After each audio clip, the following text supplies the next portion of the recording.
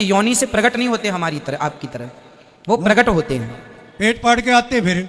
हाँ, पेट फाड़ के आते हैं। भगवान तो खंबा फाड़ के आ जाते हैं। खंबा फाड़ के तो नरसिंह हुए। हाँ, तो भगवान तो भगवान है। कभी सुना तो नहीं पेट फाड़ के हुए, लेकिन खंबा फाड़ के हुए। नहीं, आप बताइए, आपको संतुष्ट नहीं हमने तो ऐसा, हैं? हमने तो शास्त्रों में ऐसा कभी पढ़ा नहीं। आपने नहीं सुना, इसका अर्थ ये नहीं कि पढ़ा नहीं, सुना तो है लेकिन पढ़ा नहीं कभी। ये अभी आपकी गोद में छोटा सा बच्चा सुसु कर दे तो बात कराइए, संतुष्ट हुए कि नहीं दादाजी? नहीं जी, संतुष्ट नहीं हुआ, क्योंकि बच्चे के रूप में भगवान आता है। यदि प्रकट होता तो पूर्ण रूप में आता, जैसे नरसिंह हुआ। तो पूर्ण रूप में आए हैं आपने, राम रूप में कहा है, आपने बच्चे के रूप में आए भगवान। नहीं नहीं, सुनिए सुनिए, आपको कंफ्यूजन हो रहा है। आपने रामचरितमानस पढ़ी है? पढ़ी है। तो फिर एक बार नहीं, कई बार।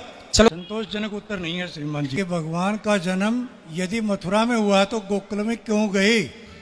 और दूसरा प्रश्न ये है कि गोकुल में 11 साल रहने के बाद वह मथुरा में वापस आए, फिर जीवन पर्यंत गोकुल में नहीं आए। क्या आग उगल दी गोकुल ने ऐसी? क्यों नहीं आए? देखो, ये दोनों प्रश्न उत्तर समझाइए। दे रहे हैं उत्तर। भगवान ने मथुरा में जन्म लिया तो गोकुल क्यों चले गए? एक बात बताइए, पानी बरस माइक लिए रहिए, पास में लगाइए, मुख के पास लगाइए माइक। जब पानी बरसता है, सुन रहे हैं आप? सुन रहे हैं आप? सुन रहा हूं। हाँ सुनिए, जब पानी बरसता है तो पानी पहाड़ में भी बरसता है, समतल भूमि पर भी बरसता है। पानी सब जगह बरसता है, परंतु ठहरता कहाँ है? जहाँ गहराई होती है। सिमट सिमट जल भर ही तालाबा, जहाँ गहरा होगा वहाँ पानी सिमट कर भर जाएगा। उसी प्रकार दुष्ट कंस के यहाँ भगवान ने जन्म तो लिया, पर दुष्ट के यहाँ रहते कैसे? इसलिए सज्जन नंद बाबा और सज्जन वसुदेव जी, नंद बाबा और यशोदा के यहाँ उनके हृदय में प्रेम की गहराई थी। तो भगवान को क्या पसंद है? राम ही केवल प्रेम प्यारा। तो जहाँ प्रेम मिलेगा, आप लोग भी वहीं जाते हैं जहाँ प्रेम मिलता है। आपका जन्म भले कहीं हो जाए, पर रहते वहाँ है जहाँ आपको प्रेम ज़्यादा मिलता है। उसी तरह जन्म भगवान ने मथुरा में लिया, पर वहाँ उनके माँ बाप के साथ कंस ने अत्याचार किया, तो उनके साथ कौन सा प्रेम की वो बात करता? इसलिए भगवान वहाँ चले गए जहाँ प्रेम था, इसलिए वहाँ से गोकुल आ गए, पहला। दूसरा, आपने कहा कि भगवान गोकुल छोड़ के गए, मथुरा, मथुरा छोड़ के गए, फिर कभी नहीं आए, आपने ये कहा। जबकि बात यह है कि भगवान को 100 वर्ष के बाद भगवान ने 125 वर्ष की लीला की है, जिसमें 100 वर्षों के बाद भगवान पुनः वृंदावन वापस आए थे अपनी गोपियों से मिलने के लिए। 100 वर्षों के बाद आए थे, जहाँ पर श्री राधा रानी से उनकी पुनः भेंट हुई थी। राधा रानी को 100 वर्ष का वियोग था, श्राप दिया था श्री दामा ने। ये बात गोलोक धाम की है, श्राप वहाँ मिला था कि श्री कृष्ण से आपका 100 वर्षों का वियोग होगा, इसलिए 100 वर्षों के लिए भगवान चले गए। 100 वर्षों के बाद मिलने भगवान यहाँ आए थे। संतोषजनक उत्तर नहीं है श्रीमान जी। जो लिखा है शास्त्रों में वही हमने कहा है। हमने आप तो बताइए, आपको संतुष्ट नहीं, हमने तो ऐसा, हमने तो शास्त्रों में ऐसा कभी पढ़ा नहीं। आपने नहीं सुना, इसका अर्थ ये नहीं कि पढ़ा नहीं, सुना तो है लेकिन पढ़ा नहीं कभी। हाँ, पढ़ा भी मिल जाएगा आपको, पढ़ा भी हम दिखा देंगे आपको पढ़ने के लिए। आप देखना चाहेंगे? सकता ही नहीं मैं। नहीं देख सकते? हाँ, तो बस ये समझ लीजिएगा कि भगवान 100 वर्षों के बाद जब भगवान कुरुक्षेत्र आए थे, ये तो भागवत जी में लिखा है, भगवान कुरुक्षेत्र आए थे, भागवत जी में लिखा है। सुदामा जी से मिलने के बाद भगवान कुरुक्षेत्र आए थे स्नान करने के लिए, और फिर जब कुरुक्षेत्र आए हैं तो स्वाभाविक वहाँ से जब यहाँ से वापसी गए होंगे तो ये रास्ते में पड़ा है, तो यहाँ भगवान ने पड़ाव डाला है। निश्चित आप गर्ग संहिता पढ़ लें, आपको सब चीज़ें मिल जाएंगी। दूसरी बात, दूसरा प्रश्न एक और था जी। बोलिए बोलिए। भगवान शब्द का अर्थ क्या है और श्रीमन नारायण का अर्थ क्या है? भगवान के बहुत अर्थ हैं। ऐश्वर्यस्य समग्रस्य धर्मस्य शास्त्री ज्ञान वैराग्य और चैव षड्नाम भगितीर्ण, जिनमें 6 गुण हो उन्हें भगवान कहते हैं। भगवान का अर्थ ये भी होता है, भासे भूमि, आसे अग्नि, गासे गगन, वासे वायु, नासे नीर, 5 तत्वों को जोड़ दीजिए तो भगवान हो गया। ये तो सत्य है, हाँ, तो पंच तत्व के समन्वय को ईश्वर कहते ये हैं। सत्य है। जी ये पढ़ा है और समझा भी है। जी। नारायण का अर्थ, नारायण का जो सदा क्षीर सागर में जो जल में जिनका शयन है, जो जल में सदा, नार कहते हैं जल को, जो सदा जल में नित्य शयन करें, जिनके चरण श्री लक्ष्मी जी दबाएं, वह नारायण है। बहुत सारे अर्थ होते हैं भगवान नहीं शब्द जी। के, नारायण शब्द के बहुत अर्थ हैं। आपको नहीं है। कौन से अर्थ सुनने हैं ये बताइए। शयन करने का आयन अर्थ नहीं है, तो भगवान आयन का तो आगमन है। बहुत सारे अर्थ हैं, एक ही शब्द के बहुत अर्थ होते हैं हमारे अर्थ होते यहाँ। हैं, लेकिन शयन तो अर्थ उचित नहीं लगता ना। नारायण, हाँ, मैं नार आपको आयन, हाँ आगमन है। मैं आपको जो कह रहा हूँ वो लिखा हुआ कह रहा हूँ। भागवत जी में कहो तो मैं अभी दिखा दूं लिखा हुआ। हमने भी पढ़ा है, हाँ, हमने भी पढ़ा भगवान है। के जो नारायण शब्द की व्युत्पत्ति है, व्याख्या है, उनका आप जैसा हम कह रहे हैं लिखा हुआ हम आपको बता सकते हैं श्रीमद् भागवत जी के 2 स्कंध में।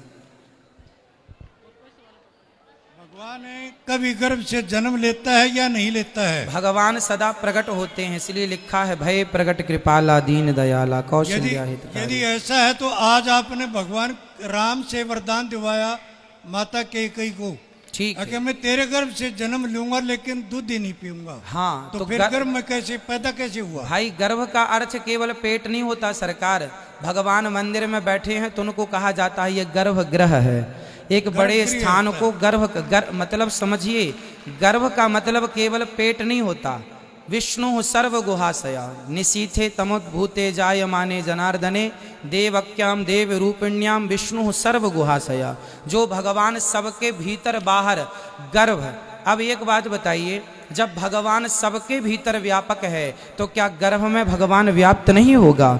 सबके गर्भ में ईश्वर ऑलरेडी हैं, परंतु भगवान प्रकट होते हैं। तमद्भुतम, भगवान के बारे में कहीं भी हमारी तरह तुम्हारी तरह जन्म नहीं लेते, भगवान प्रकट होते हैं। पर बोला यही जाएगा कि भगवान देवकी के गर्भ से प्रकट हुए। वो गर्भ का अर्थ वो गर्भ नहीं है। हाँ, भगवान गर्भ में जाते हैं अंश रूप में अपनी माँ के गर्भ को पवित्र करने के लिए, पर योनि के मार्ग से आते नहीं हैं, वह प्रकट हो जाते हैं। भगवान है ना सर्व सामर्थ्य। यही तो वेद मंत्र है, प्रजापति सरति गर्भे अंतर्जायमानो जी बहुधा विजायते। जी, जब वो गर्भ में आता है तभी तो लिखा है ये। हाँ, तो गर्भ में भगवान प्रवेश करते हैं केवल माँ के गर्भ को पवित्र करने के लिए, पर योनि से प्रकट नहीं होते हमारी तरह, आपकी तरह। वो प्रकट होते हैं। पेट फाड़ के आते हैं, फिर हाँ, पेट फाड़ के आते हैं। भगवान तो खंबा फाड़ के आ जाते हैं। खंबा फाड़ के तो नरसिंह हुए। हाँ, तो भगवान तो भगवान पेट फाड़ है। के कभी सुना तो नहीं पेट फाड़ के हुए, लेकिन खंबा फाड़ के हुए। नहीं, हमने तो ये बोले ही सुना। नहीं कि पेट फाड़ ये के आए पढ़ा हैं। भी है, सुना भी है। पेट फाड़ के आए हैं ऐसा हमने बोला ही नहीं। भाई भगवान को पेट फाड़ने की जरूरत नहीं है। जैसे अंदर गए वो भगवान हैं, कर तुम अकर तुम अन्यथा कर तुम सर्व सामर्थ्य। ठीक है, ईश्वर हैं, उन्हें बाहर से आने की अंदर से आने, वो जहां सब जगह हैं, सब जगह हैं, तो वो कहीं से भी प्रकट हो सकते हैं। ठीक है, और बात कराइए, संतुष्ट हुए कि नहीं दादाजी? नहीं जी, संतुष्ट नहीं हुआ, क्योंकि बच्चे के रूप में भगवान आता है। यदि प्रकट होता तो पूर्ण रूप में आता, जैसे नरसिंह हुआ। तो पूर्ण रूप में आए हैं आपने। पूर्ण राम रूप में कहाँ आए? आपने बच्चे के रूप में आए भगवान। नहीं तो नहीं, कृष्ण के सुनिए जन्म में। सुनिए सुनिए, आपको कंफ्यूजन हो रहा है। आपने ये बताइए कि रामचरितमानस पढ़ी है?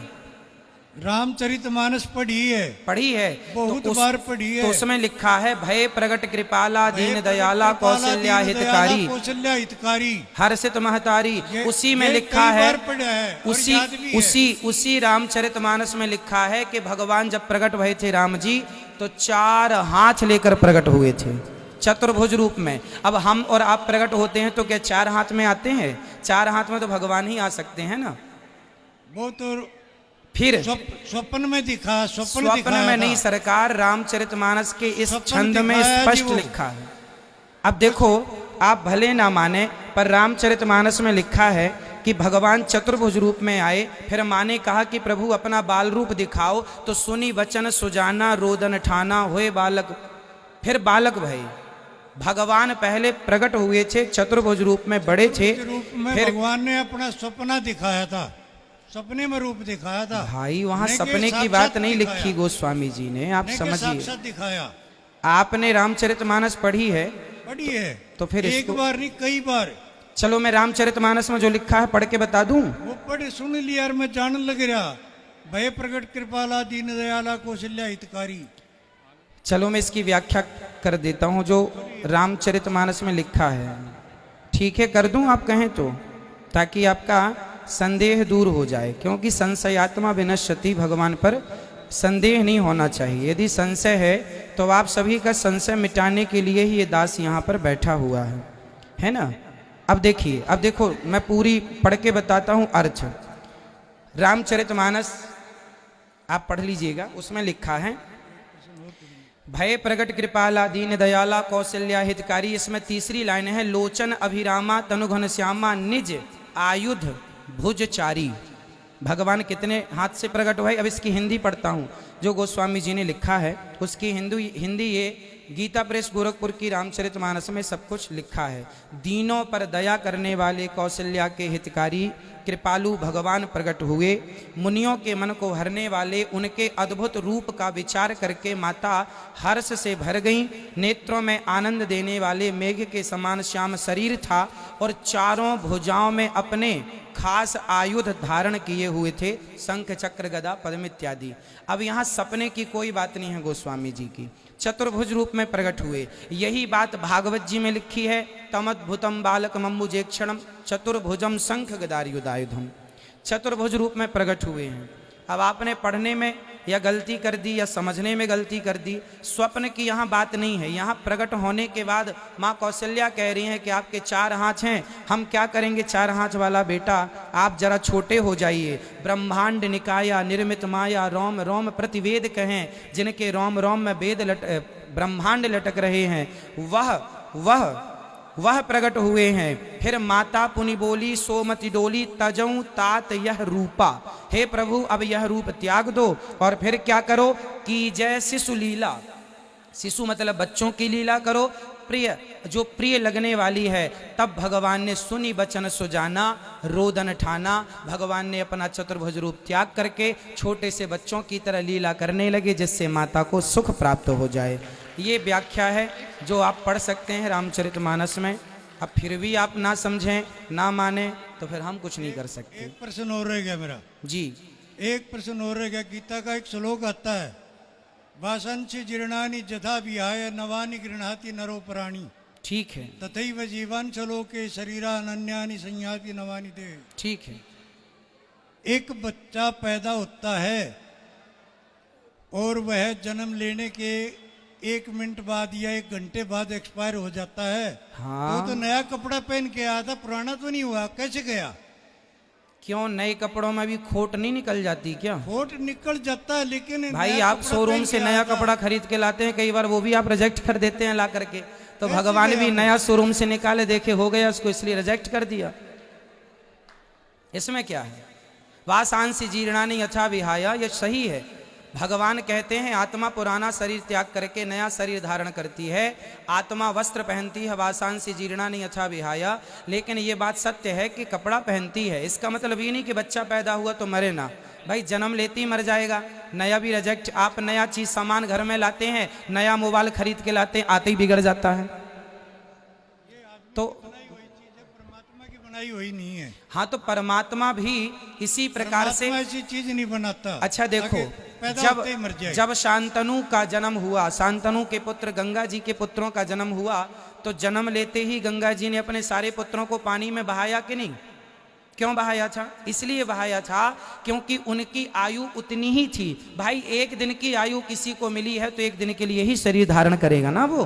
किसी को 100 साल की मिली, किसी को 80 साल की मिली, किसी को 10 साल की मिली, किसी को 5 साल की मिली।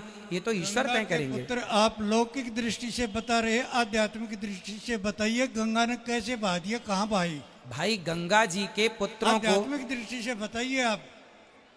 पितामह भीष्म 8वें पुत्र हुए हैं। पिता में भीष्म तो 8वें हुए, कृष्ण जी उसके भी पहले 8वें हुए जितने थे। बच्चे हुए माता गंगा जी के, सारे पुत्रों को उन्होंने विसर्जित किया था, ऐसा शास्त्रों में लिखा है। अब आप शास्त्रों की माने तो हम बात करें आपसे, माने ही ना तो बात करने से फायदा नहीं है।